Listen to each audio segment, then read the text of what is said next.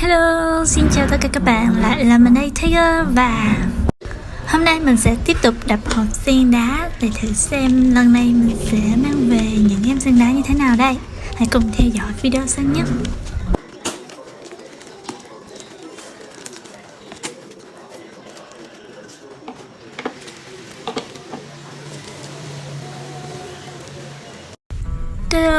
Lần này mình sẽ đập hộp 5 em sen đá với 5 loại khác nhau. Khi vận chuyển sen đá thì người ta sẽ gói kỹ bằng những cái khăn giấy như thế này nè. Và sau một tập đập hộp thì nhà mình có rất là nhiều khăn giấy.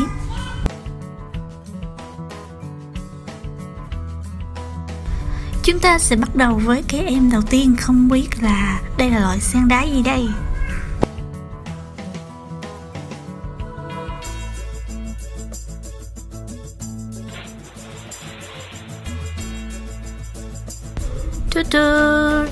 Và đây là một em viền hồng hay còn gọi là viền lửa. Chúng ta sẽ tiếp tục với em sen đá thứ hai. Nhìn cái chậu nó có vẻ nhỏ hơn một xí. Và đây là một em mận tím. Do di chuyển cho nên là cái bầu nó bị móp méo. Tuy nhiên là khi mình đưa ra chậu mới thì nó sẽ đẹp đẽ trở lại thôi.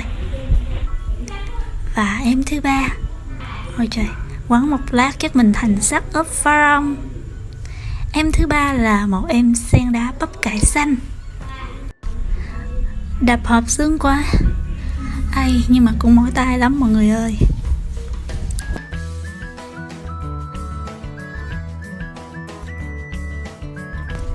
Tưng tưng tưng tưng. Và đây là một em đế vương hồng. Còn em cuối cùng sẽ là loại sen gì đây?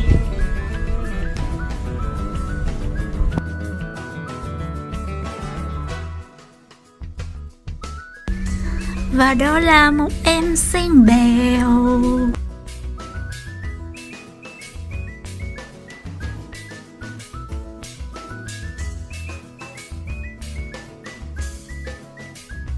Và tiếp theo một công đoạn hết sức quan trọng khi vừa mới mang sen đá trở về nhà, đó chính là xả đất và tỉa lại bộ rễ của nó để sen đá tránh bị sốc nhiệt, cũng như là loại bỏ những cái vằn nấm vi khuẩn có hại cho sen đá.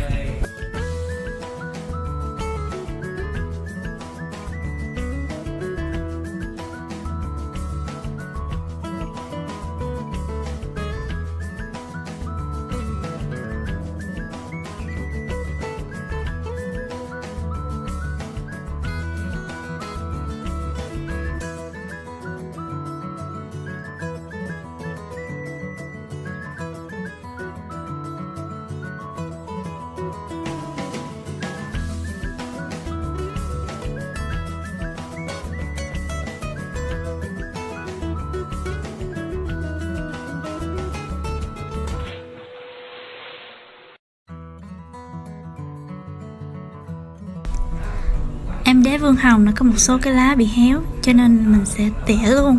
Khi mang sen trở về nhà, các bạn nên kiểm tra kỹ và mình đừng có tiếc những cái lá bị héo hay bị sốc nhiệt như thế này. Mình sẽ tỉa nó luôn.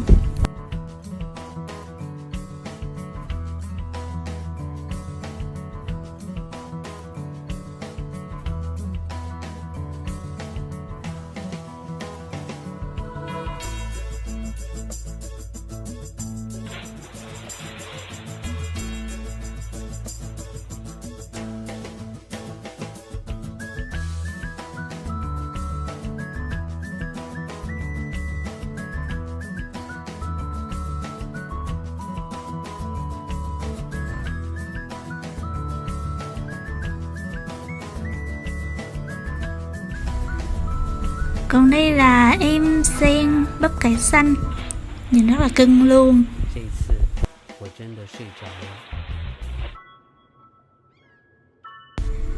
Sau khi tỉa rễ xong thì mình sẽ phơi em ấy khoảng vài ngày trước khi đưa vào chậu mới.